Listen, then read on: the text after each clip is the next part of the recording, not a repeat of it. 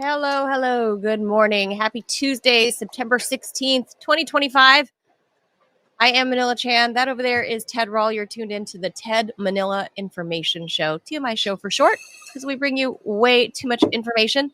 We're live Monday through Friday, 10 a.m. Eastern Time. So please be sure to hit the like, the follow, the subscribe, the thumbs up, the share, all that stuff to help our little channel continue to grow.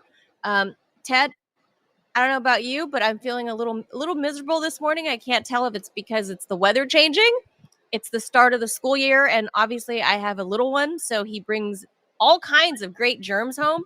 Or it could be that I scarfed down a donut for breakfast, and I never do that. So do you think you're having a sugar catastrophe? I don't know. Is that a thing? I don't know. I mean, if you eat something gross, it's weird. When I was young, I feel like I could eat anything, and it just didn't fucking matter. Yes. And, as you get older, you're like, one bad move, like one extra slice of pizza, whatever. Oh, you sleep wrong, and your neck and your whole back can be thrown out. You're fucked. After 4, it's like anything can ruin your whole day. True. So it takes nothing.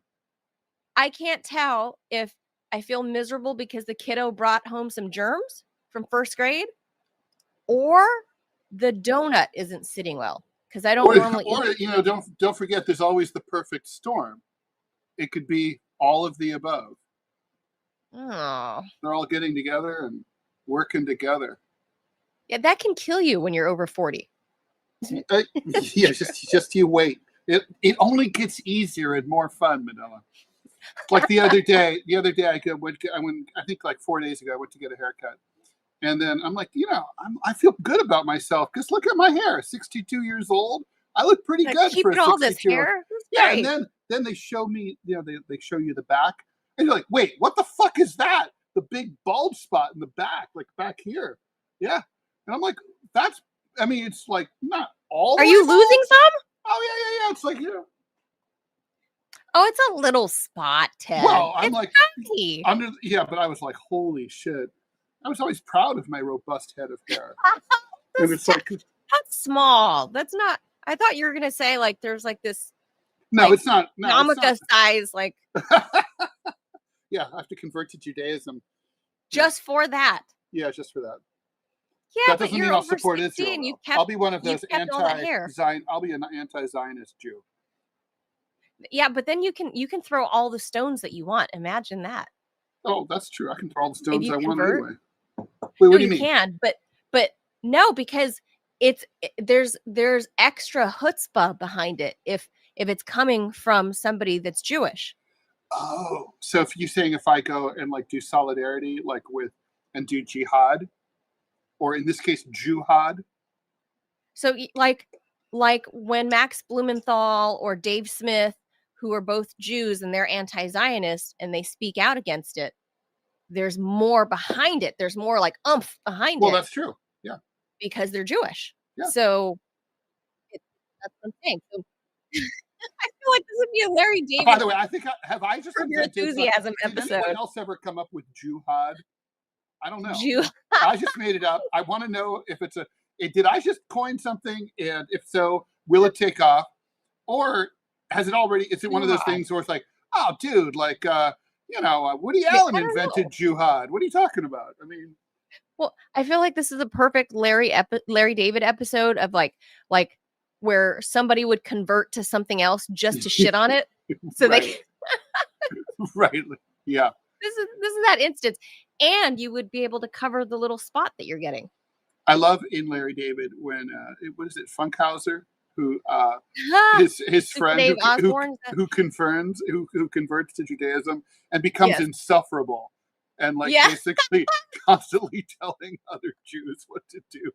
Because that is how it is, right? It's sort of like I've never smoked a cigarette in my life. I've never even had an unlit cigarette in my mouth. The most I can ever say is I have briefly held an unlit cigarette. That's it. And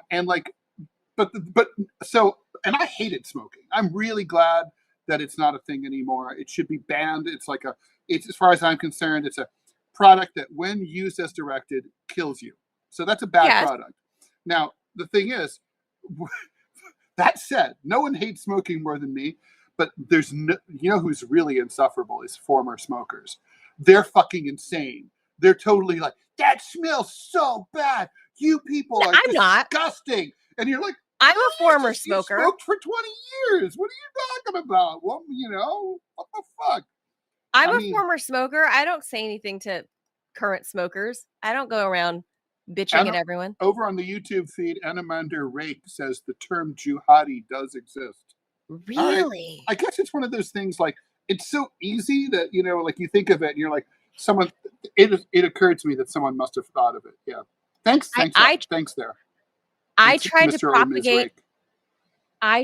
to propagate Asplosion circa 2008 when I moved to Dubai. I remember that. You told me that. And it, because I was really annoyed that Beyonce got bootylicious out there, right? And she got it into the dictionary. Is an Asplosion a form of explosive diarrhea, or what is it? Yeah, I mean, it's self-explanatory, right? And because I used to say this like circa 2006. Yeah. And I kept saying it, and people were like, "Oh," and back then people don't remember. So you were trying to make Asplosion a thing. Yeah. So 20 years ago, social media and the internet wasn't like this, right? Like you couldn't propagate it as easily, right? So I was trying to manually, in person, like tell everybody, like, "Oh yeah, don't eat there. You're gonna get an Asplosion." Now, see, Manila, may I go back in time and give you some retro advice? So the whole thing is when you're trying to introduce a new term, you don't want to do that sort of pregnant pause before like an Asplosion, because then you're kind of like cueing the person that like, attention, I'm about to drop some knowledge upon you. What you really want to do is just sort of casually just use it in flow of the conversation as if everybody fucking knows. So it's like, oh my God, I went to fucking Taco Bell last night, 3 Asplosions, and they're like 4 Asplosions this morning. People are like, wait, what? A what? And they make you, what's an Asplosion? An Asplosion. And you make them feel stupid not to know what it means. And then they'll pick up on it, and then they'll start using it as if they had always heard it. So I wonder if people say Asplosion now. My point is, you now have, I don't know, we could find that out. I tried to introduce... it's 20 years later. In a cartoon, back when cartoons were widely read, and my cartoons were among the widely read, I did a cartoon about, when women in particular, mostly women, they have sweats with like writing on the back, like pink. Oh, like juicy on the butt? Yeah, on the butt. So I did a whole cartoon about advertising. And, it is advertising. It's advertising. And it's like, it's true. And I'm pretty sure nothing ever happened with that, but it's unfair because, people should talk about billboards. Yeah. I mean, what's funny about advertising is we all see it and we don't say anything about it. Men will certainly look. Men will certainly look if you have a great ass. Well, look, if you have a bad ass, you'll look even more. I mean, the thing is, it's like, because that's more real estate. I mean, if you have a giant ass, first of all, a giant ass isn't always a bad ass, first of all. A giant ass, like a Kim Kardashian giant ass? I like big butts and I cannot lie. It's true. So I like small butts too. All butts on girls be good. But the point is that like a big ass with like, if you weren't going to notice it before, if it's got like eat at Tom's Diner, $14 lumberjack special tonight on the side, you're gonna, there's no way you can look away. It's not possible. By the way, this for Gen Zers who are losing their jobs, we didn't do the story, but like the new face of underemployment, right? It's like that article I posted from the Times a couple of days ago. Like we could have done, that would be a new good form of side hustle. Yeah, good ass hustle. Like get off the Ozempic, get that butt up there, and then like in suburban diners where they have the placemats with all the business card ads on the paper placemats. Yeah.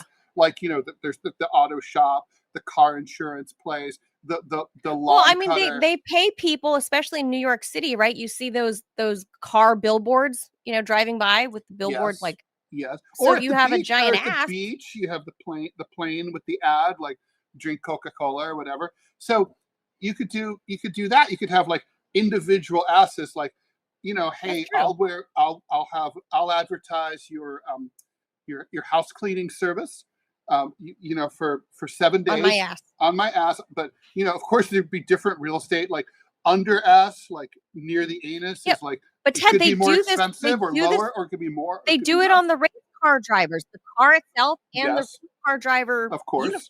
Yeah, like the STP ads and all that. I mean, that's a shit ton of money for those guys, for obvious reasons, because they're on TV. Right. But as the Bard said, concept. All the world's a stage, Manila.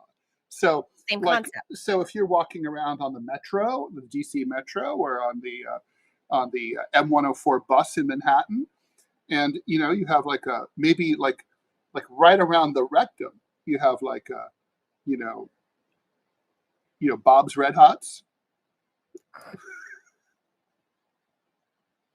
All right, let's read the news. Let's have some jokes. It worked for Hooter Girls. It worked for Hooter Girls. Obviously, it worked. I forgot, one of the Hooter Girls married somebody major. Forgot who. I don't remember. But anyway, it worked for Hooters. All right, let's head to the news.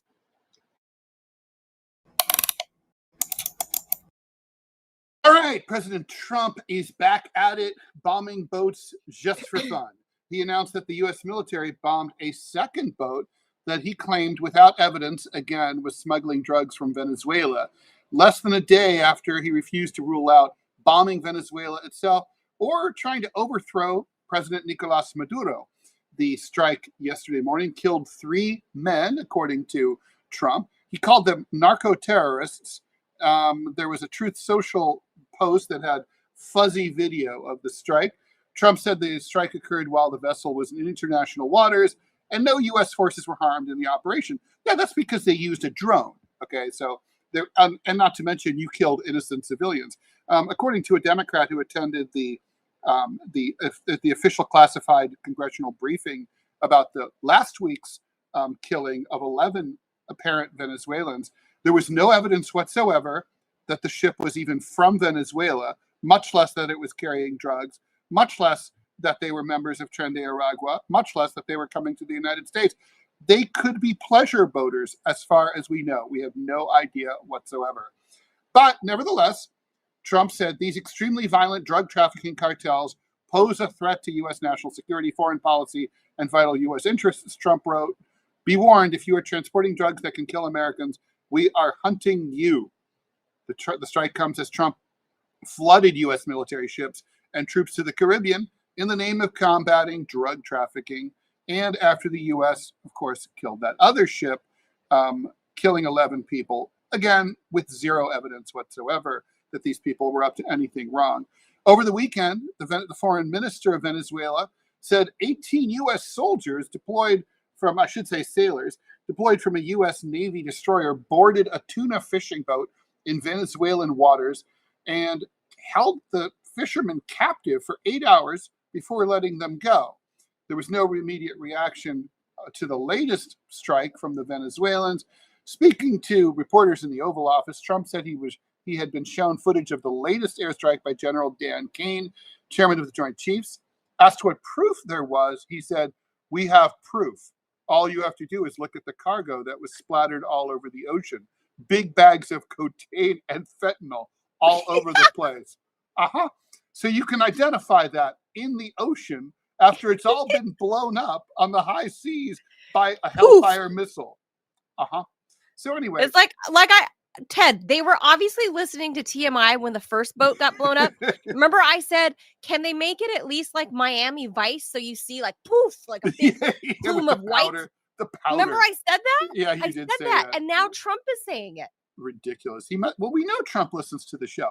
Trump has repeatedly made the claim, contradicted by a declassified U.S. intel assessment, that Tren de Aragua is under Maduro's control. Never mind that that's, what's the word for it? A lie. The U.S. government claimed that the 11 people killed earlier in the month were members of Tren de Aragua, which Trump says is a foreign terrorist organization, but provided no evidence whatsoever. Maduro, in a press conference earlier on Monday, got very, very angry about all this and made fun of Trump. What were they looking for? Tuna? What were they looking for? A kilo of snapper? who gave the order in Washington for a missile destroyer to send 18 armed Marines to rain a tuna boat. They were looking for a military incident. If the tuna fishing boys had any kind of weapons and used weapons while in Venezuelan jurisdiction, it would have been the military incident that the warmongers, extremists who want a war in the Caribbean, are seeking. Yikes. I'm on team Nicolas Maduro here. Oh, I'm on team Maduro here too. Like that's true. I mean, Ted, imagine you're these fishermen, these Venezuelan fishermen. You're literally out there casting your nets and just hanging out, and suddenly here comes like Miami Vice coming, and they just like, by the way, in Venezuelan waters, right? Like, yeah, they're just that means boarding within your 12 ship miles armed. of the coast. That's very close. That's fucking crazy. Like we are the terrorists. What is he talking? What is Trump talking about? Yeah. We're the terrorists. America is the terrorists. We are the new pirates. And kidnap. Yeah, and that's right. Very well said. That's right. Pirates. This is crazy. This is nuts. I think Maduro's absolutely. I know it's funny that he's like, what are they looking for? A kilo of snapper? That's funny. However, it's totally true. Like this, you are cruising for a fight. That's what this is about. This is exactly what it is. It's trying to manufacture an international incident. You know, Gulf of Tonkin, anyone? Yeah. Like, but obviously, this has been a bipartisan thing for different administrations since the Obama era. They've been trying to get rid of whoever is in charge in Venezuela, right? For decades. Well, they had a hard-on for Hugo Chavez in a big way. They never got over it. Correct. So they're just not over it. They try to install Juan Guaido. Remember that? Like they're not over that still. Trump tried to make Juan Guaido a thing. It never became a thing, much like my explosion. Never became a thing. Right. The world just wasn't into Juan Guaido. And they're still not over it. And that I think that's what they're aiming to do. And now making it this international incident. I mean, calling Tren de Aragua a terrorist, or really? It's a gang. Really? It's a gang. They're a drug gang. They're drugs. They're drug dealers. Like that's okay. It's not even a cartel. It's a gang. No, it's a drug dealing gang. I can point to 20 of them in Los Angeles County. Well, like in fairness, they do things other than just drugs. They also, rob stores and and mug people. Turf. Yeah, they spray paint on turf. So, but the difference between like the gangs in LA that I grew up around, they're not on speedboats, Ted, and not disguised as fishermen. They don't fish. Well, the fishermen. Well, so Robbie's saying I have zero problem with killing them. So listen, I do, even if they're exactly who Trump says they are. But Trump's not even bothering. The thing that's truly terrifying here is he's presenting no evidence, even to Congress, even classified people who have access to top secret classified material. He's not showing them any evidence whatsoever for his claims. Now, even if those claims were accurate, what he's doing is wrong. But like the point is, there's no proof. There's no evidence. I mean, so even if you kill the drug dealers, it's like this. And in this instance, in particular, we don't know that these were fishermen. Dealers. These were fishermen that had their vessels boarded. By the way, there was no I think it's very telling, Manila, that there's no investigation whatsoever by the U.S. military after these two dronings. I mean, they turned these 14 Venezuelans, probably Venezuelans, into fish food on the high seas. They blew them up. They blew up their ship and supposedly their cargo, and they went down to the bottom of the sea, right? And they're eaten by sharks. That's it, right? They're not like, so there's no investigation. There's no evidence. And by the way, if this were true, let's just say it really was true. Wouldn't you want to conduct an investigation so you could find out about what Tren de Aragua is up to? Wouldn't you want to analyze the cargo, analyze the ship, analyze the people, try to identify them, try to connect them? Robbie's saying the drug dealers and gangsters, not the fishermen. But at what point? Leave the fishermen alone. We agree with that, but the Trump administration is not making any fucking distinction, and they're boarding everybody's vessels and bombing them. So at some point, without evidence, At some point, you are going to board the wrong fishing vessel, and the dudes are going to be tense, and they're going to start blasting. Yeah. And then you create an international incident, and boom, there's a new war we have with Venezuela. Lo and behold. Take a breath. Manila, I have a solution to all this. You know who's going to put an end to this American bullshit? The orcas. They're going to come and attack. They're going to come and they take no shit. They're going to come and the orcas are pissed right now about all the boats. So no, I'm talking about how you're talking about how all the drug dealers and traffickers. I'm talking about the ones that are here in the country. I'm talking about if you're here in the United States, I support the Chinese solution. You shoot them in the back of the head, you build their family for the cost of the bullet. You blow their brains out. You end them. Because these cartels, these gangs, what they are doing. But that's not what we're talking about here. We're not talking about. I understand. I understand. That's what I said. I actually support Maduro on this. I'm Team Venezuela. I'm breaking every white winger brain right now. I support Venezuela in this.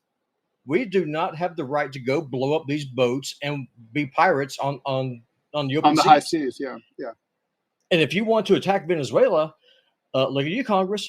Do your job. Make Declare the case. War.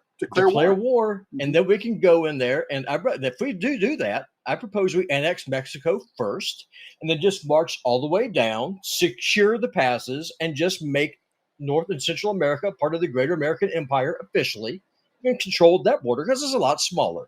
If you want to do that, if you want to have cheap Mexican labor, annex the country. Bring them in legally. Thank you, President Monroe, for joining us here on the TMI Show. You're welcome. Hey, listen. I mean, at least that's an honest conversation to have. If that's what you want, then do it.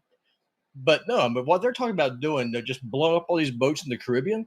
It's retarded. It's stupid, and you cannot be a small government conservative and support what Trump is doing. I mean, he's not a king. As much as he wants to be, he's not a king. Do you guys agree with the assumption on the part of many people on my side that basically what Trump is doing here and in so many other respects is about like seeing what he can get away with, right? Like just testing things out. Like if I can send troops to an American city and get away with it, maybe I can send troops to every American city. If I can blow up a Venezuelan ship full of random brown people, then maybe I can blow up Americans too. I mean, is this a testing? Let's see how we Obama already confirmed that we can blow up Americans. Like a child testing their limits. Obama already confirmed that we can drone Americans overseas. Yeah, but he didn't do it. He didn't do it though. What are you talking about? Obama killed what's his face and his son, the alleged terrorist. That was over in the Middle East. That wasn't here. That's what I'm saying. So Obama already says we can. No, Eric Holder. I thought you were referring to former Attorney General Eric Holder's statement before Congress that Obama did reserve the right to drone an American citizen on American soil with a simple stroke of a pen. Well, that's pretty scary. Yep. Well, that just goes to show. Saying that we are the land of the free and that we have constitutional safeguards is a complete joke. And yes, I agree. I do need mental help. One of the commenters on Rumble says, "Robbie, get this guy some help." Listen, I need some help because I'm agreeing with the communist. But you guys didn't answer my question. Do you think this is Trump just sort of? No. Is this part of some kind of master plan to see what he can get away with? No. I don't think there is a master plan, period. He wants more of Venezuela because he wants the oil. Yeah, I mean, that's all. I mean, that's what this is. He's looking for he's looking for Cassius Belli. Look, for one thing, to say that a drug gang that traffics in drugs, that sells poison, and is engaged in human trafficking is a terrorist organization is wrong. It is an organization that's being used to wage war on the American people, in a narco war, similar to what England did with China during the Opium Wars. That's what this is. It's not terrorism. No, it's not terrorism. It is a form of warfare by other means. We have 100,000 dead Americans every year because of drugs. It's drug smuggling. We have a name for it. It's smuggling, and it's smuggling and selling. Yeah. All right, we should get going. We should talk. All right, let's move on. Next topic. Maybe we should keep Robbie on for this one, but let's. We'll bring him back for sure. All right. Oh wait, do we have an ad before you start reading, Robbie? Thumbs up, or we do? We do. Oh, we do have an ad. All okay, right, we got to get to that. And I will read through in my patented fast way. All right, I'll start reading while that comes up. President Trump and his allies are capitalizing on the assassination of Charlie Kirk to open up fresh attacks on liberal institutions, donors, and foundations, seeking to portray many of us on the left as traitors. Appearing on Kirk's former podcast on Monday, Stephen Miller, Trump's deputy chief of staff, denounced liberals. He denounced the organized doxxing campaigns, the organized riots, these are quotes, the organized street violence, the organized campaigns of dehumanization, vilification, posting people's addresses, combining that with messaging that's designed to trigger, incite violence in the actual organized cells that carry out and facilitate the violence. It is a vast domestic terror movement, Miller said. With God as my witness, he said, we are going to use every resource we have at the Department of Justice. All right, I'm going to go ahead and read this ad and then we'll continue that. Hey, football fanatics, are you ready for some primetime NFL action? Tune into Westwood One for all the gridiron glory you crave. From jaw-dropping touchdowns to game-changing plays, don't miss a moment of the excitement. Catch every snap, every tackle, and every victory on Westwood One. You can listen to the NFL on the NFL app, on the Westwood One Sports app, on westwoodonesports.com via Westwood One station streams, or by asking Alexa to open Westwood One Sports. If it's the NFL, it's on Westwood One. All right, let me get back to Stephen Miller. We're going to use every resource we have at the Department of Justice, Homeland Security, and throughout this government to identify, disrupt, dismantle, and destroy it's got to be alliterative, these networks, and make America safe again for the American people. It will happen, and we will do it in Charlie's name. Manila, before I go on with this, organized doxing campaigns, organized street violence, organized campaigns of dehumanization, vilification, posting people's addresses. Does that remind you of anything that's happened since, say, October of 2023? I mean, that's what the right has been doing to people who support the Palestinians, to college students, professors. They've been doxing them. They've had organized campaigns of vilification. They posted their addresses on the internet. I mean, are they kidding me? It's like, this is like hilarious that they think that they want to say that this is a left-wing thing. Trump and his allies have long exploited emergencies to push divisive measures. Now he says that left-wing terrorism is a greater threat than terror perpetuated by the right, which is, of course, demonstrably false. Over the last 3 years, the Center for Strategic and International Studies, Cato Institute, and the International Center for Counterterrorism have amassed massive evidence showing that right-wing violence is more prevalent than left-wing violence. The current administration is perpetuating a narrative that erases right-wing violence, including January 6th, and blames the increased political violence on only one side, says Professor of Political Communication at University of Kansas, Jay Childers. Within hours of the assassination of Kirk, Trump placed the blame squarely on the radical left in televised remarks that night. Here's what he said: the tragic consequence of demonizing those with whom you disagree, day after day, year after year. Talk about the pot calling the kettle black in the most hateful and despicable way possible. Those on the radical left, what radical left, have compared wonderful Americans like Charlie, not so wonderful, to Nazis and the world's worst mass murderers and criminals. This kind of rhetoric is directly responsible for the terrorism that we're seeing in our country right now, today, and it must stop right now. My administration will find each and every one of those who contributed to this atrocity and to other political violence, including the organizations that fund it and support it, as well as to those who go after our judges.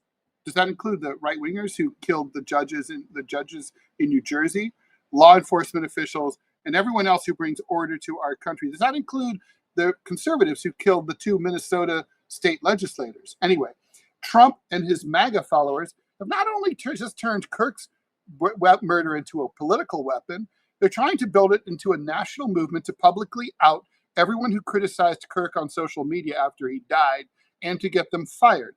A campaign by public officials and others on the right has led just days after the conservative activist's death to the firing or punishment of teachers, government workers, a TV pundit, and the expectation of more dismissals coming, according to the AP. Sean Duffy, Secretary of Transportation, posted that American Airlines has grounded pilots who were supposedly celebrating Kirk's assassination. This behavior is disgusting and they should be fired, Duffy wrote. I don't care what my American Airlines pilot thinks about Charlie Kirk. I just want them to fucking, get me to my destination safely. Don't we have a shortage of pilots to begin with? Good point. War Secretary Pete Hegseth said that his agency was closely tracking any military personnel who celebrated or mocked his death. So no freedom of speech for you, even though you work for a government, even though you're protected by the First Amendment against government censorship. And Christopher Landau, Deputy Secretary of State, said that the administration will strip visas from anyone who celebrates Kirk's death. So even though free speech supposedly applies to everyone who's here, not just citizens, I guess that's not really true. Rep. Clay Higgins, Republican of Louisiana, said he will try to seek an immediate ban for life from social media platforms for anyone who belittled the assassination of Charlie Kirk. So that could be like, it wasn't that big a deal. If you said that would be belittling, right? Saying, I'm also going after their business licensing and permitting. Their businesses will be blacklisted aggressively. Dude, blacklisting is literally illegal under the law. And they should be kicked out from every school, and their driver's licenses should be revoked. Wow. I'm basically going to cancel with extreme prejudice these evil, sick animals who celebrated Charlie Kirk's assassination. I'm starting that today. Trump and Miller have claimed that the Ford Foundation and George Soros' Open Society Foundations are financing violence on the left. We're going to look into Soros because I think it's a RICO case against him and other people, because this is more than protests, Trump said. Trump was victimized, as you and I both know, by RICO in Georgia. It was fucking wrong when it was done against him. And the last thing that someone who's been victimized by a bad law should do is use that same fucking law against his enemies. Anyway, he said, this is real agitation. This is riots on the street. And we're going to look into that. Laura Loomer posted, I have to say, I do want Trump to be the dictator the left thinks he is. And I want the right to be as devoted to locking up and silencing our violent political enemies as they pretend we are. Not to be outdone, Miller posted on X, in recent days, we've just learned how many Americans in positions of authority, child services, law clerks, hospital nurses. Is a hospital nurse a position of authority, really?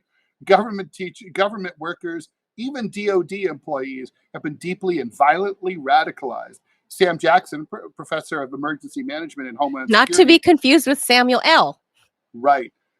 Trump, Loomer, and many others are using this event to justify crackdowns on political opponents, broadly described as the left.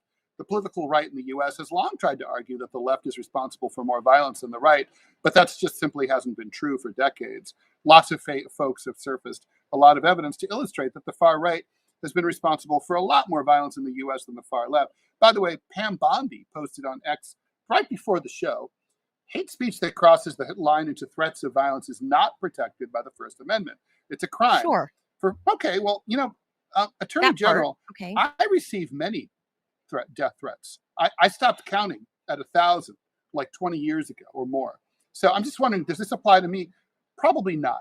For far too long, we've watched the radical left normalize threats, call for assassinations, and cheer on political violence. Let me just tell you, I have voluminous files of death threats against me. Any liberal, left-wing, progressive cartoonist, writer, pundit, podcaster has the same. Okay, so it is not a left-wing thing.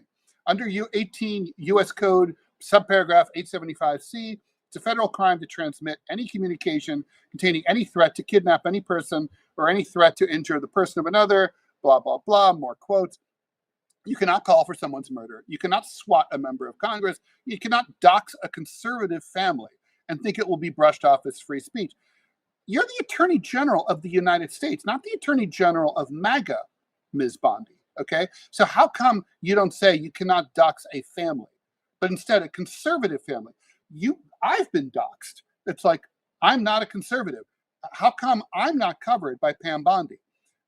These acts are punishable crimes, and every single threat will be met with full force of the law. That's a lie, because you don't care if it happens to a liberal. Free speech protects ideas, debate, even dissent, but it does not and will never protect violence. It's clear that this violent rhetoric is designed to silence others from voicing conservative ideals. We will never be silenced, not for our friends, not for our freedoms, and never for Charlie. His legacy will not be erased by fear or intimidation. So this is rank opportunism on the part of the right. All they're trying to do, after years of whining and complaining, correctly, by the way, and I always agreed with them. Right. I agreed with them. Like these campus cancel culture sucks. Campus assholes who shouted down right wingers when they appeared on campus. Yes. And like had appearances canceled. I hate that. Canceled and shut down and stuff. But they whinged and whined about that. Now they see their chance to do the same fucking thing, but even more efficiently, because right wingers are more efficient than left wingers. They're going to do it. They're a bunch of hypocritical pieces of shit who themselves should never be taken seriously by anyone. I would still defend their right to speak, but they're never going to defend my right to speak. So fuck them. Sure. No, I'm with you on that. I hate cancel culture. Like I said, came back on air after being gone last week. I was very saddened by the death of Charlie Kirk. I only met him that one time, but that's not the whole point. The whole point is the way it happened. I'm human. It's a horror. It's horrible. Never should have. I mean, it's absolutely, by the way, it's a horrific event. Let's just say that for the sake TV. Of argument, the murderer had been had every Ted Rall book, loved the Anti-American Manifesto, voted for Bernie. Okay, that still would just be one guy. One guy. It's not like it's not a war. It's one dude. But on top of that, we don't even know that. That's not even true. We don't know anything about this guy's politics. He seems to be like a quirky Gen Z gamer dude whose politics are amorphous. And anyway, they're not known. They're not well understood. Don't know. But the whole thing is, even though I'm not a conservative, I started out as a progressive when I was young, and maybe I lean a little more that way oftentimes because those are you did vote for the president. But I don't subscribe to all that shit now. I'm probably libertarian at this point, not officially, but that's probably where I stand. And I didn't always agree with Charlie Kirk, but the fact is you should never celebrate someone's fucking murder. What kind of disgusting person are you? What kind of morals do you have? Like, you need to check deep within your soul and how you were raised and who you are and how you view and value human life. The same reason that I was pissed off at you and Robbie for practically celebrating Luigi Mangione killing Brian Thompson, the United Health CEO. I condemn murder. I condemn violence. I condemn all war. I condemn, the death penalty. So you're telling me that through against that kind of that I'm against murder. So you would have been sad, on April 30th, 1945, when Hitler killed himself. Well, that's not murder. But... He killed himself. So that's still sad if somebody loses their life. Like, that's always a sad thing. And okay, just checking on consistency here. I'm very consistent. Like, I don't think, but suicide is a different conversation than that's your life.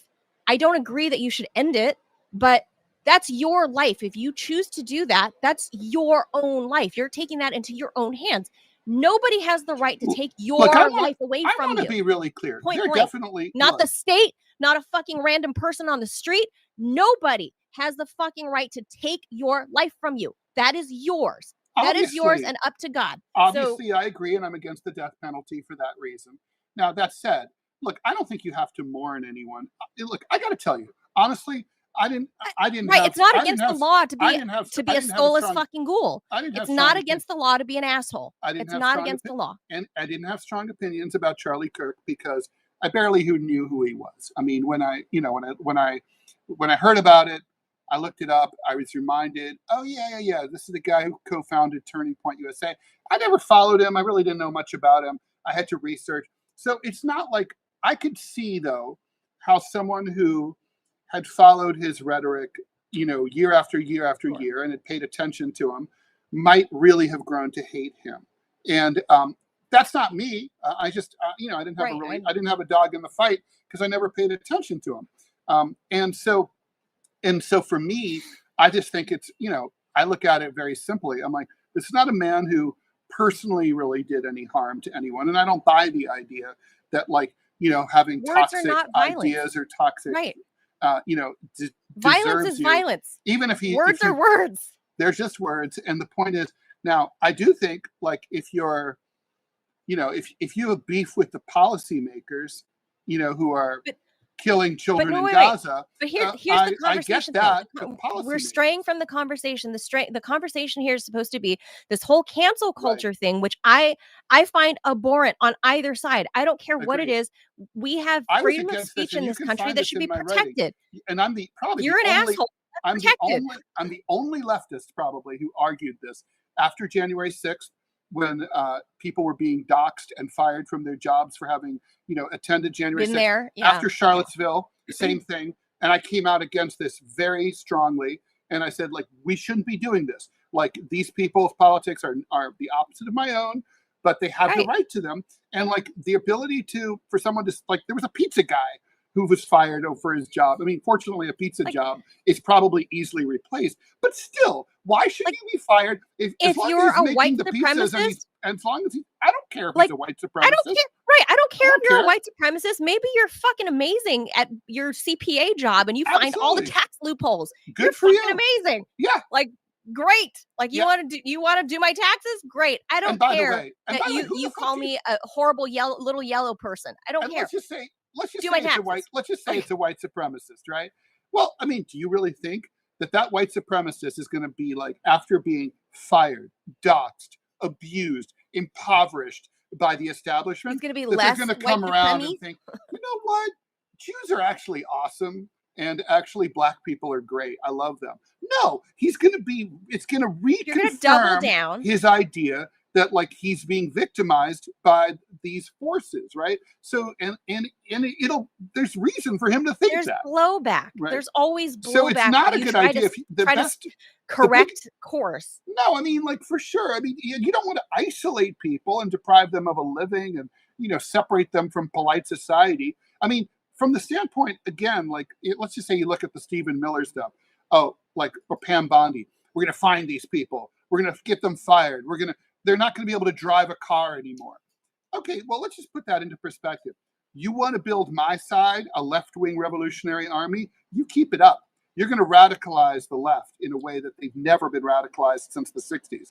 Ted, I'm going to give the left a little freebie here, a little freebie bit of information. If you change your name to Epstein, she will not be able to find you because she will lose every file that's on her desk with your name. So listen to me. I'm dead serious. But it depends on the meaning of the word file. We were saying Ted should convert at the top of the show. Yeah, I'm just talking about every lefty. And for the record, I didn't follow Charlie Kirk very much. My kids though loved him, and that was his target audience. Their age demo. Yeah. So that's what he would do. They are Turning Point USA's age demo. Yeah. That's exactly right. And people keep saying he was saying hateful things. I've been looking. I can't find anything hateful that the man said. Oh, I can't. But who cares? That's not the point. Well, tell me. That's not the what did he say that was hateful? Well, like, for example, that any professor who expresses left-wing ideals in the classroom should be fired. Yeah, that's just retarded. That's an opinion, though. I don't know if that's hateful. Well, I mean, if your entire idea, if the entire idea is a lot free of stuff speech, that's been portrayed as hateful, I would say is not hateful. Like, for example, he said he hated affirmative action, and he was like, and he insulted the intelligence of some prominent people who held high positions, and he was, like, insulting their intelligence. But I think the point he was trying to make was about affirmative action, not that black people are stupid. But a lot of black people saw that as reading that way, and I mean, I could see why they saw that as that way. But my point is, I don't care. He had all the right in the world to be hateful. I mean, I sat down. I had a fucking great conversation for 3 fucking hours on the air with David Duke. One of the most interesting, wide-ranging discussions I ever had on KFI to David Radio. Duke? Yeah, he was in studio. Oh, wow. Yeah, it was great. I mean, honestly, it was like a bromance. Afterwards, he was like, "We should hang." You're fascinating, and I was like, "I agree." He was fascinating, and the point is, obviously we don't agree with each other about anything, but he respected me because I didn't, I'd read his book, and instead of attacking the specific points one by one, I was like, so you should kind of probably owe royalties to the Hitler estate because you lifted this chapter from Mein Kampf, that chapter from Mein Kampf. And he's like, "You read Mein Kampf?" I'm like, "I've read Mein Kampf 10 times. And it's it's boring as shit, which is why you have to keep rereading it in order to absorb it. It's I studied World War II. Of course I read Mein Kampf. And he was impressed. He straight up copied? Pretty much, yeah. He's a plagiarist. Wow. Yeah. Wow. So I'm he adapted, obviously German 1920s politics to the United States in the 90s. But still, yeah, he's a plagiarist. And so I came at him intellectually instead of you're a bad person for hating Jews. You bigoted fucking what? Yeah, I didn't. It's he's entitled to think that America is and should remain he's entitled. A white European country. I mean, he's entitled to think that. I don't care that he thinks that. It doesn't harm. I don't think it's. These are not thoughts that I totally disagree with these thoughts. But who cares? And no one should hurt him or shoot him over these thoughts. Right. And no one should touch his hair on his chinny chin chin. These young Gen Zers that are dancing on TikTok. I mean, I find that gross. It's tasteless as shit. Yeah, I find it get gross. Fired for it. However, you're looking. But I think they shouldn't get fired. That's the thing. I don't feel like but look, one thing has anything to do with the other. But look, a man's died, right? He was a political man. He lived a life of politics and a life of letters. That person, it's only fair. If I dropped dead right now, well, probably the next day or two is when people are going to be talking about Ted Rall, what did his life mean, and what was he all about? And a lot of people who hated what I had to say would say I was a bad person for saying this and doing and drawing that. XYZ, and that's totally as it should be. It's totally it's totally fair and appropriate. But you wouldn't want anyone to be fired for it. No. But here's what's crazy. People keep saying that Charlie Kirk was some kind of a radical. He wasn't. He was a moderate. The dude was a moderate Republican. Correct. But this conversation, because we're running out of time, this conversation is not about that. Thank you. No, this is about firing the TikTokers and people literally dancing on his grave. I get that it's distasteful. I get that it's not something I would do. It's not something I would be thrilled about if my kid were doing it. I'd raise my kid with more compassion than that. Millions of times in my cartoons. I made fun of Jerry Garcia when he died. It's I had him play. Yeah, but it's different. It's different when they're old and die on their own. I had him playing a concert in hell, and he's wearing a T-shirt that says staff. One thing that I would like to point out, and this is something that people, the Republicans and Democrats and people on the left and the right both need to realize. All this crap about cancel culture, debanking, all this other stuff, if you trace it back, you can lay it squarely at the feet of the ADL. That is a bona fide fact. They are the ones who started going off on this. Laura Loomer, if there's one person who should lose her job, it's that woman, because not only is she stupid, but she's really stupid, and she's the worst kind of stupid. She doesn't realize how stupid she is. Well, she's just completely retarded. And she has an audience. When you have a fucking cycle like this, which look, in the modern era, I think you have to trace this back to World War I and 1920s, the Palmer raids, and then that's the first Red Scare, and then McCarthyism in the 1950s, and the Hollywood blacklist. Look, we're all black. We're blacklisted, Ted, because we're Russian agents. We're Russian. That's a different kind of McCarthyism. There was definitely a new McCarthyism after 9/11 as well, and I was a victim of that. And I went into 9/11. All right, on 9/11.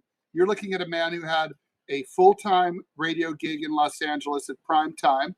I was in Time magazine, Fortune, Forbes, every issue. I was in 140 newspapers syndicated internationally. Within 2 years after 9/11, I was down to 50 newspapers, no more job, no more magazines. My income was reduced by 75% or more. And it was all. Whose wife did you sleep with? It was a censorship program by the left, by the right.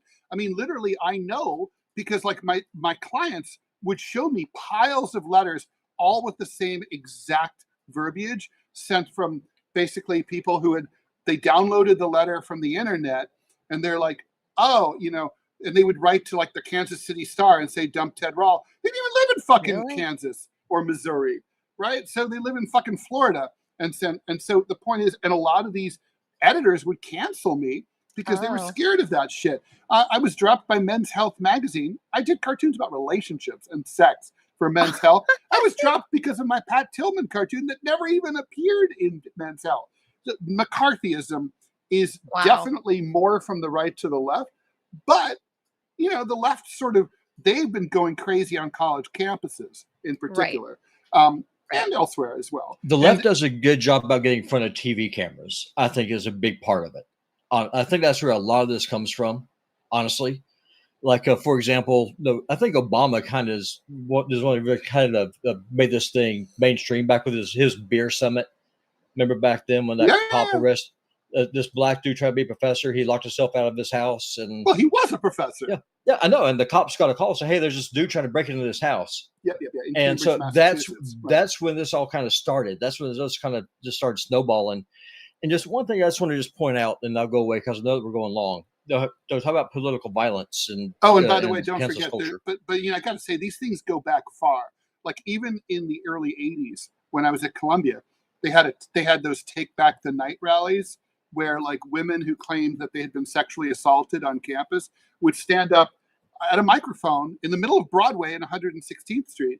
They close down the street and call out and say, John Smith, raped me, and he did this, he did that, and the person would be fucked, right? They'd basically have to drop out of school, whether it was true or not. It very often wasn't. So this shit goes way back. That's libel. No, that's the problem with the whole Me Too thing. Well, you do have to sue. You do have to sue. That's libel. No, the thing is that Abraham Lincoln, let's be fair, he invented cancel culture. I mean, he shut down newspapers, using the force of the army to do it. He threatened to put the Chief Justice of the Supreme Court in jail. I mean, so we do have a very long and storied tradition of this. And don't forget, also the New York Times had to cease publication after the publication of the Pentagon Papers in the 70s. Yeah, right. I mean, for like 2 weeks. And as a right winger, I do want y'all to. I'm going to plug your book, y'all. Serious. Get a copy of What's Left. It's on raw.com. He's not paying me to say this. I'm a right winger. I don't agree with Ted on several things, but I do agree with him on a lot. And that's how you're able to do this. And I think that's the biggest loss with Charlie Kirk's assassination, is that he fomented conversation. Yeah, he did. Right or wrong. You can agree or disagree, but the dude actually got people talking. I love how the criticism is, it was a shtick. Okay. So what? Miracles were Jesus's shtick, right? It's a good shtick. Let's have more of that shtick. So what? And to say that, to call him a fascist who deserved to be killed, for one thing, I'm far more radical than Charlie Kirk ever thought about being. Yes, he is. I'm a lot more David radical. Duke should not be killed. You know what I mean? Right. I agree. But the way that you do this is conversation. I had beef with you two for not having any humanity towards Brian Thompson, the United Health CEO, Brian Thompson profits off of the death of hundreds of thousands of people. Yeah, the dude. He's a ghoul. Right. It's nobody else's right to take your fucking life. I agree with that. Bottom line. No, it was not. Here's how I look. But I don't. No one should have done it. But I don't. Okay, listen. I'm going to. No one misses him. You know what I mean? I'm going to go on a little rabbit trail here, and then I'll go away. So the way I look at this, again, as the Christian on the panel, back in biblical law, the avenger, someone whose family member was killed through murder or through manslaughter, had the right, if that person was not in a city of refuge, to track down and end the person who was responsible for the death of your family member. Thompson was responsible for profit for the deaths of hundreds of thousands of people. That's true. I can make a biblical case that this guy had exactly coming to him what he deserved. I think if anyone deserves now we're cherry picking. I think There's a difference between assassination for someone using their words, saying, hey, so let me put it to you this way. If I came onto this podcast and if I was wearing blackface, would that be considered wrong and racist? Yeah. Then why is it? I'm not bothered by it. I don't understand. I'm not bothered by it. Okay, y'all in the chat. Blackface. I never understood why people did it, like in the minstrel days. I don't really get it, but that's because I've never done a deep dive into it. Ask Justin Trudeau. I don't know. It seems retarded to me.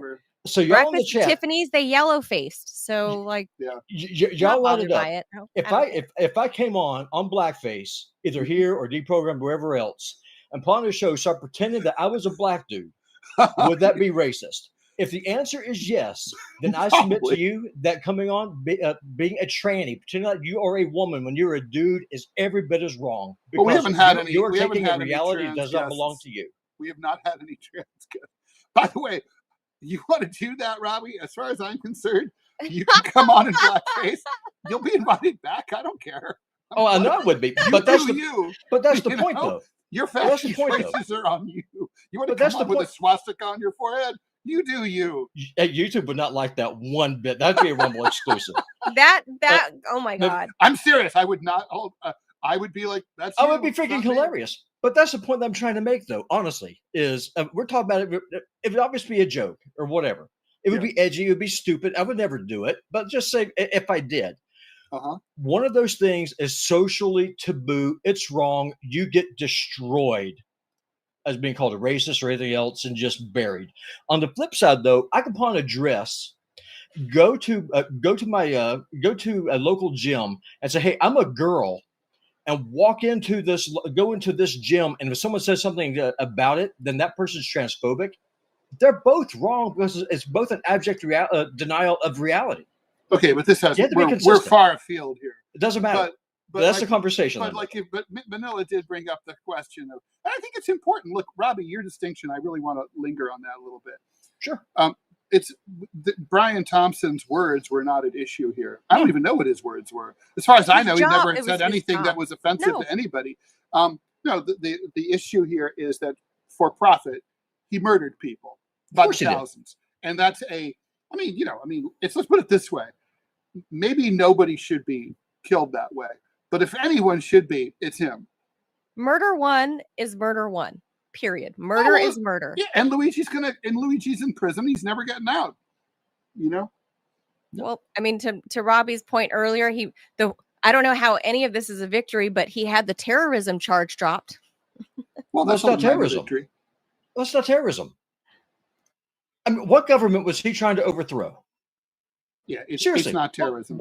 What politics was he trying to influence by sending this rule to the next world?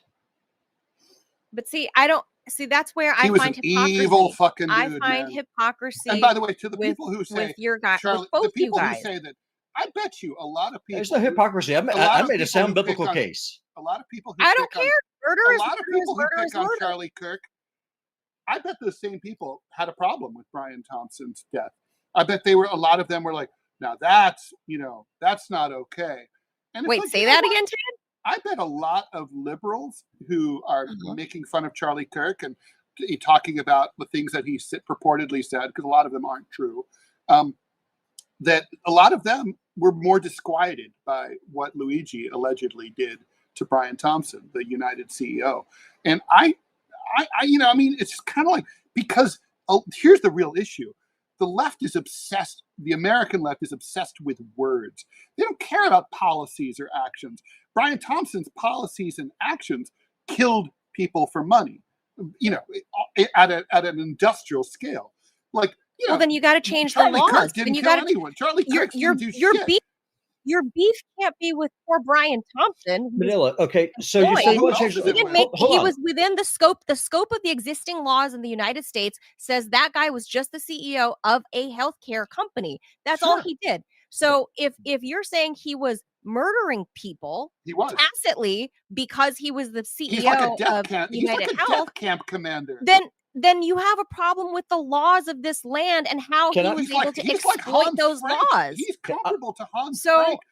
I'm going to make the same case to you right now. Somebody gunning him down on the street is, to me, equally as bad as somebody gunning down Charlie Kirk at his speaking engagement. Here's the murder is murder is murder. Period. It's not, and I can make the case for you. No, I mean, Luigi should be found guilty of littering, maybe, because he didn't clean improper disposal of a body. He left shell casings on a clean Manhattan street after the sidewalk had been cleaned. Hold on, is there such thing as a clean street? Like $100 fine, maybe. Is there such thing as a clean street in New York? Yeah, there are. Yeah. Okay, because I've never been. So now, to Manila's point, I'm going to say this. I'm going to go away because we're going way over, and this is a fun rabbit trail. I'm enjoying it. Going to get spicy today. But I'm going to dismantle this argument like right now because this is super easy. Manila just threw a really slow one over the plate, and I'm about to hit a grand slam. First, Charlie Kirk did not in any way, shape, or form hurt anybody. He had no profit motive whatsoever with what he did. The man. He totally had a profit motive. You think this would be a grand slam, but please bring it. Please. What do you know? Hold on. Profit motive. Hold on. Let me speak. To make money. Let me speak. So he went to college, and what he did is that he debated, and what he did is that he made a few points. Men are not women. Women are not men. You should get married, have kids. And for the most part, college is a scam. You're better off getting into the trades. All of those things are true. Okay. Here is what it is with Brian Thompson. Here's the difference. You say if you don't like what Brian Thompson and the profit model is for his business, that you change the laws. I submit to you, you simply cannot do that because Big Pharma has these things called lobbies, and they control Congress. Congress is who passes laws. Call Barry Obama. He tried to change the law modestly. There is no way whatsoever that you, me, or 100 million Americans could get Congress to change the laws because we don't have government by the people. We have government by donor. So if you get to the point, and this is the problem, and this is what I told Angie Wong when I put her on the cross, saying the same exact thing. When you start doing this, and you start governing by fiat through corruption, and you have a ruling class that despises the people it's supposed to rule, when those people figure out that the people in D.C. not only hate you, but they despise you, they do not care about you, at that point, the people are going to rise up. And I submit to you, per the Declaration of Independence, when the government becomes tyrannical and there's no other redress, the only option that you have is to overthrow that government. This is a good first step.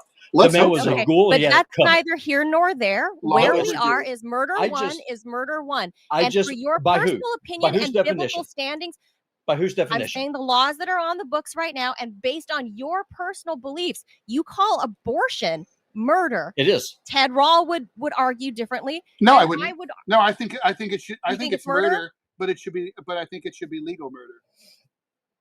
Of course, it's murder. I mean, it's science. I mean, as soon as you have cellular division, you have life. If you end life, it's murder. Of course, it's murder. I just think that women need the right. That was lawful. Women require the right to murder their unborn children. So that one is lawful murder, Ted and Robbie. Yeah. So Ted, lawful murder. Like sort of like self-defense. And so what you're arguing, war is lawful murder. What you're arguing, Robbie, is that because of the motive of behind Brian Thompson's murder, that should somehow be lawful based on biblical standings and background.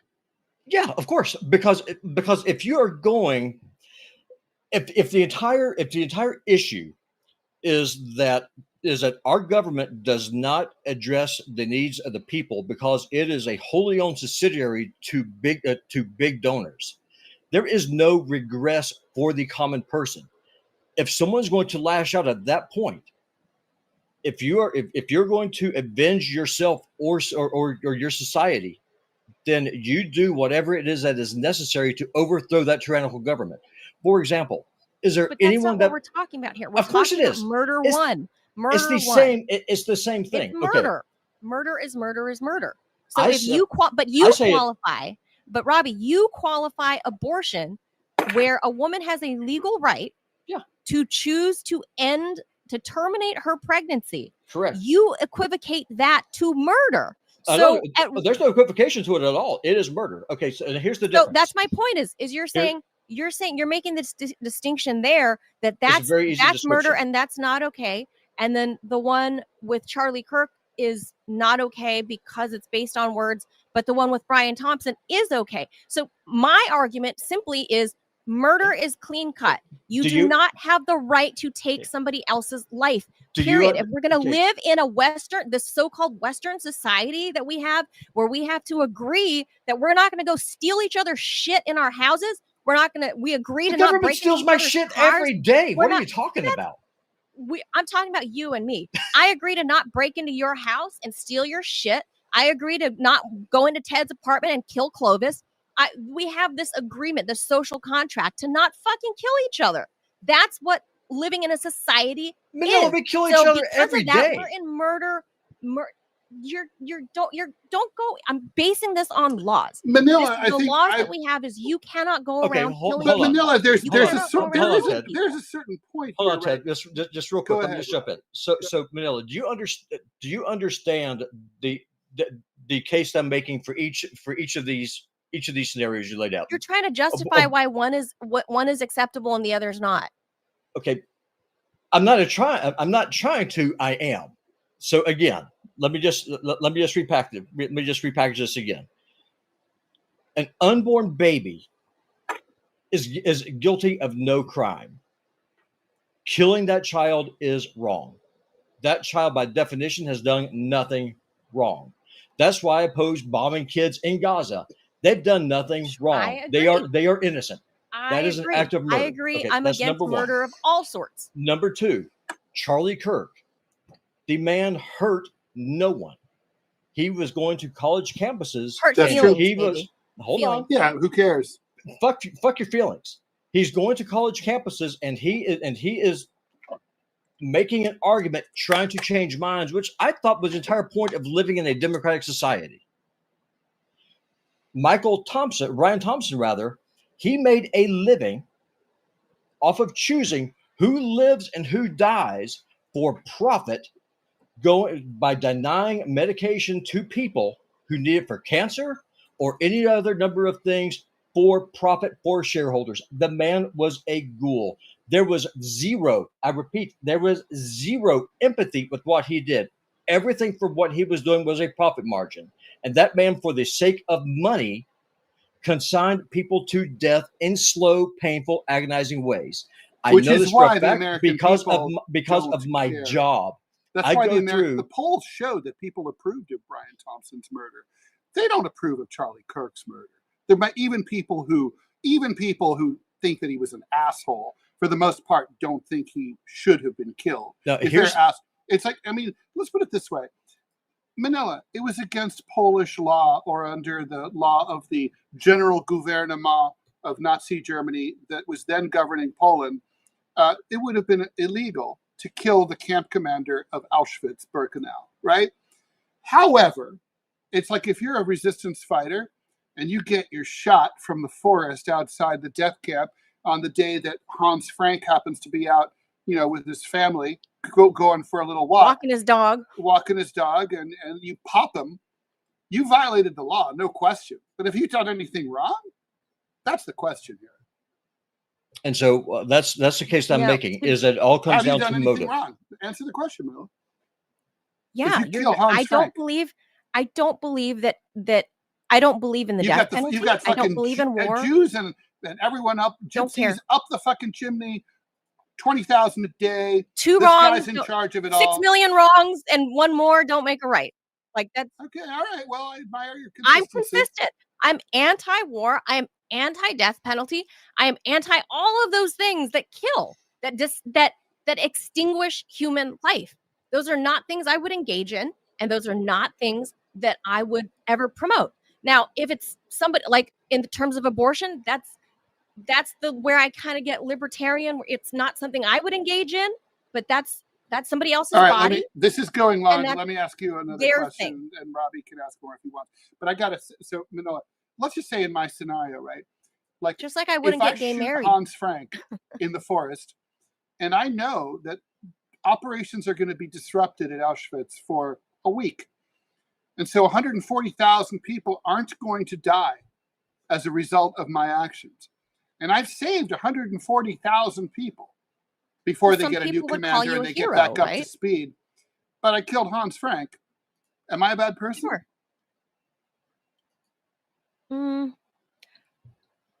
That's like the Hitler. If you could put him out in the crib, that's that kind of question. Yeah, it is that. So, well, it's actually it's the thing about that. No, the difference is with Hitler. Yeah, that presupposes a foreknowledge that we can't have. But like for sure, people knew the 20,000 people a day were dying at Auschwitz. Okay, so for years.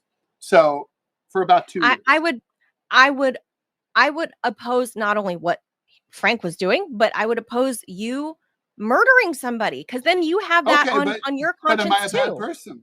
No, hold on. But it's not murder though, because it's an act of war. I deserve a fucking ticker tape parade down Broadway. For some people would probably do that for you, but I'm against it. I'm against any kind of murder. I'm against the whole idea of killing en masse. I'm against wars. I'm against all of that. But sometimes in some scenarios, I think this is, Robbie, forgive me if I'm misstating what you're saying, but I think Robbie and I kind of agree. Sometimes when there's no other form of redress, look, Brian Thompson should be subject to a people's tribunal under a revolutionary government, and he should have been imprisoned and then sent to a re-education camp and rehabilitated so that he could then become, a good patriotic American who doesn't like to kill people for money. But since that's not available to us, and we can't have United Healthcare shut down, and we can't have socialized medicine, and we can't have for-profit medical care, eliminated. It's like, basically, he's like a camp commander. There's no other fucking way to make him stop other than to pop him. Well, that, again, because I'm steadfast in my position against any kind of murder. But there's no other redress. By the state. You can't make it stop. You have this bloodbath of every day. Thousands of Americans are being killed by these insurance companies, and it's a bloodbath. I mean, if 3,000 people died on 9/11, we don't stop fucking talking about it. I know it's horrible because they jumped out the fucking window. But they died in a hospital bed without getting proper care. We don't give a shit because they're all in different places. Right? And this was the whole thing. Why I voted for Bernie back then in the first place, right? Was because he was talking about this universal health care conversation, so that way everybody can be cared for. But that's talking about changing the law, and we're not talking about changing the law. You can't change the law. That's the problem. Yeah. That's correct. So you got to get down to like Robbie pointed out, the whole lobbying thing. You can change the law. That's the point. Is you can, but you have to root out this horribly deep-rooted problem that we have had with all the money. With all the money. We got to change Citizens United. We got to change. I mean, there's so much that needs to be changed. Get money out of politics? How? Money's never going to be out of politics. Ever. Because it's money. And politicians like money. Like, for example, can anyone deny with a straight face that the whole reason why DC and Europe writ large are aiding and abetting a genocide right now in Gaza, where probably over 200,000 people have been killed, is not because of lobby money? It's only because, it's about lobby money, and it's about the military-industrial complex. And who spends more on the lobby? The Israeli lobby or Big Pharma?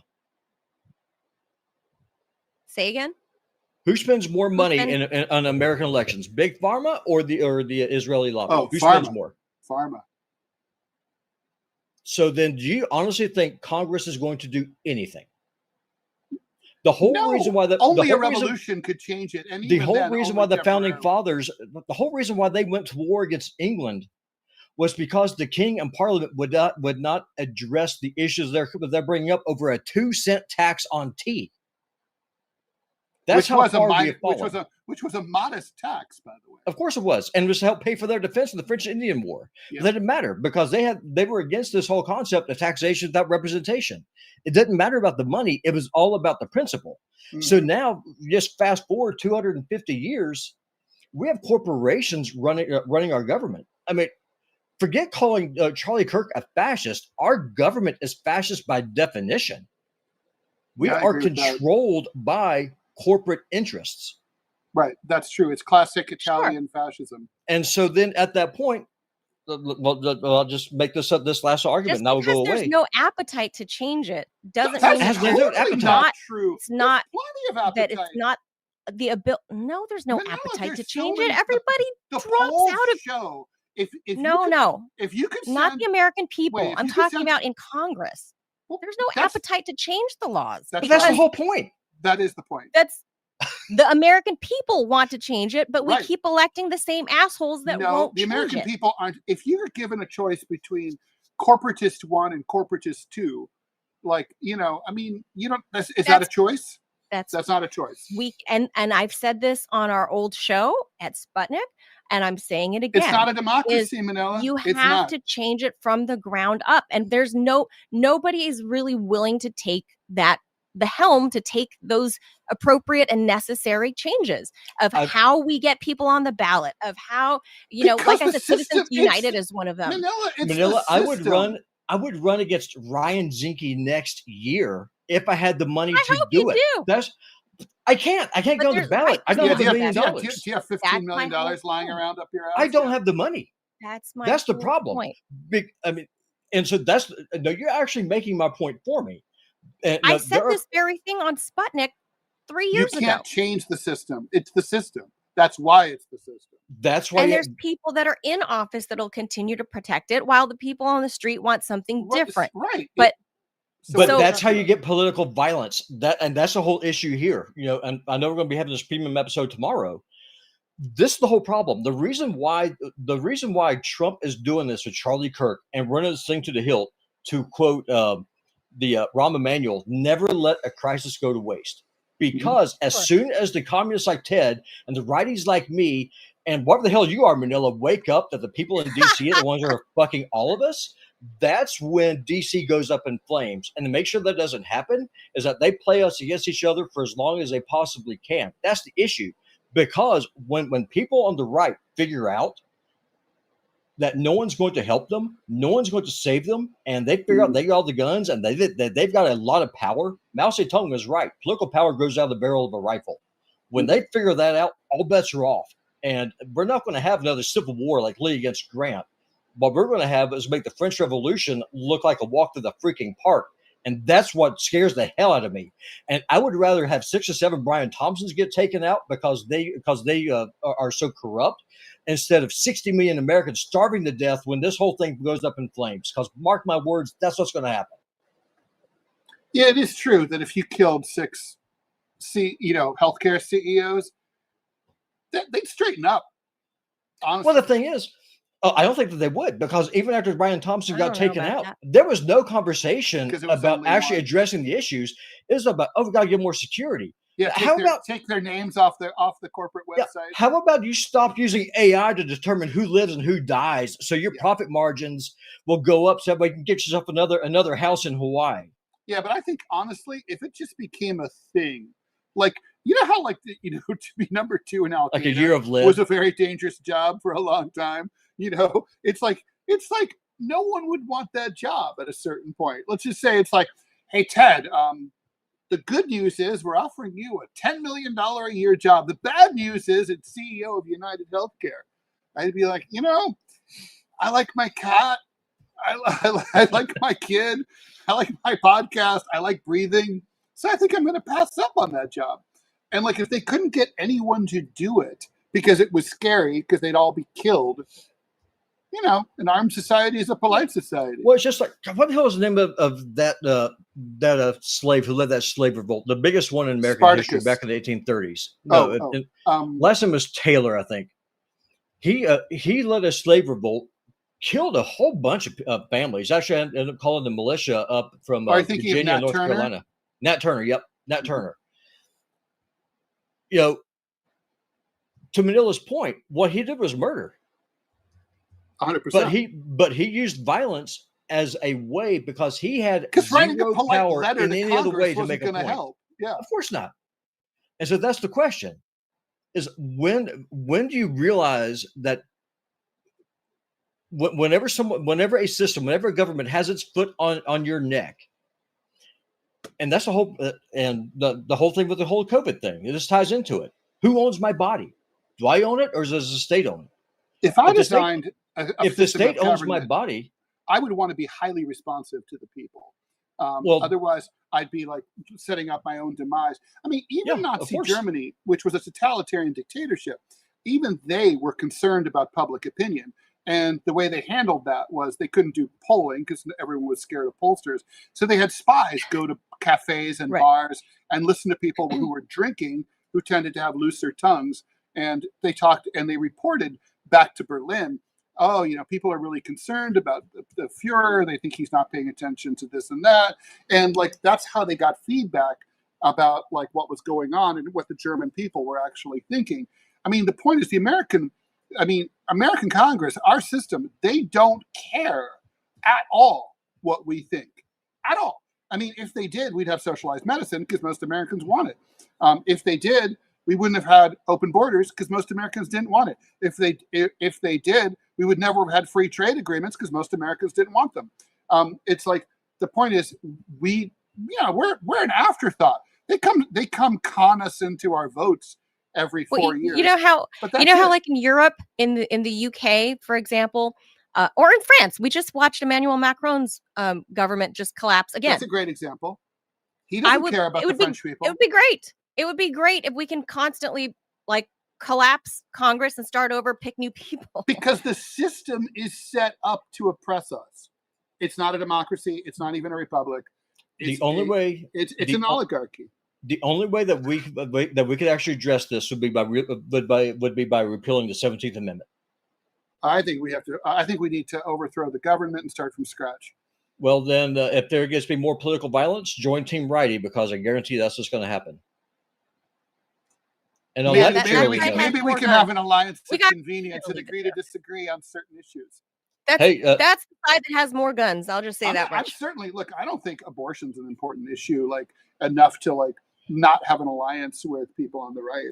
I don't. Well, the Democrats and most of the class issues are far more important. Most of the liberals. Hey, listen. If we can agree, if we can agree to close the borders and deport 100 million illegals, right there with you. Just shake hands, brother. I think I would basically say, what's done is done. Let them stay, except for the criminals, but no more. Get them out. Get them out. No, I've said that. I've said that with, like, I'm for the dreamers. I'm for, like, I've said that. They're here. They're here. They're part of the society. Accept the facts on the ground. Yeah, kind of as they are. Leave them alone. Stop talking with people. They're here. Not to mention, they're not for long. They're victims of it as much as we are. Yeah. Oh my God, we're spiraling way over. We're no more stories. We're done. We're calling it a day. Okay. This is fun. Let's talk about tomorrow. Let's talk about hey, hold on. Hey, we got an ad. Tomorrow, let's talk about Robert Redford. Okay, because honestly, we got to mention. Yeah. Well, yeah. And then also remember, we also have our premium. So just leave him in the rundown tomorrow. Yeah. We also have our premium episode tomorrow, which is going to be fun. Ooh, that'll be fun. All right. Yeah, it is. Hold on 1 second. Rumble just sent us an ad. Let me see if I can make it pop up here. You go ahead. Deal with my southern drawl. You're going to just have to deal with it. Let's see here. Is it going to work? There we go. So we tried 1775 coffee. Now's your shot. The 1775 starter kit just dropped. Only 1,000 units. You're getting the bold dark roast that hits hard, the smooth medium roast, and the vitality mushroom coffee for clean energy, laser focus, no crash. All single origin, small batch, toxin free, and mold free. Plus, you're also getting a gold spoon clip because freedom isn't scooped with plastic, a frother strong enough to stir up your coffee and your mother-in-law's opinions, and a black 1775 tumbler. $170 worth of coffee and gear, yours for $99. This is for the ones who've been watching 1775 blow up on Rumble. Still wondering if it's actually worth it? Spoiler, it is. Go to 1775coffee.com/studio. Grab your starter kit for the gone. Bold beans, clean fuel, and a morning routine that stands for something just like Rumble does. Thank you, Rumble. Were we supposed to get a thing that came across the screen? It pops up on my end. That's automatic, yeah. No, because the Westwood One thing had a thing that came across the screen with the QR code, but I don't think I saw one. I just want to make sure we did that right. That's all. No, we did. It'll pop up. It's right here. Okay. Oh, there it is. Okay, no, it came up late. Okay, on the delay. Okay, just want to make sure so that way we get credit for doing the ad, because otherwise they don't give us credit. All right, so we'll leave that there. We'll talk about Robert Redford tomorrow. Honestly, Ted, I didn't know he was still alive. Oh no, he was. Yeah, he's kicking ass and still running the Sundance. Up until today. Yeah, he was running Sundance. Who knew? Who knew? I thought he had passed already. Oh, all right. So that does it. Thank you for tuning in. We'll be back tomorrow, 10 a.m. Eastern on a Wednesday hump day. And then we're also taping our Robbie's no holds barred racist extravaganza. White rager. White rager. Because it's Rumble only. Rumble only. So it's gonna be Robbie's thoughts on. Be careful, Robbie. Remember, I have a cat of color. I have a wife of color. It's all right. You've met her. You've got kids with some color. So. I do. Mm-hmm. I do. But seriously, my kids, when Charlie Kirk got shot, they came home in tears. It hurt them. Well, because of who he was, or because they saw the violent imagery? Both. And there's then all the celebration behind it. But we'll save that for tomorrow. People are gross. All right. Yeah, people are gross. All right. Thanks, guys. See you tomorrow. Oh, go ahead. Oh, tonight, 5 p.m. Eastern time. John Kiriakou and I on Deprogram. Catch you later. I thought that was yesterday. And it's today too. It's weekly. Oh. It's weekly. Daily. Show. Yeah, that's why weekly or daily. I'm confused. Daily. It's daily. It was weekly. What? Okay, what's it? Okay, yeah, daily. Weekly is once a week. Yeah. Robbie, your producer. Listen. I'm well, stupid. The most confusing is bi-monthly, because that can either be once every 2 months or twice a month, depending. Twice a month? It can be either one. Bi-monthly? Mm-hmm. Twice a month, I think. Or every other month. It's whichever. That's dumb. The English language is kind of dumb. Very inconsistent and dumb. All right. Thanks, guys. We'll see you tomorrow. Adios. Bye. Bye. Bye, y'all.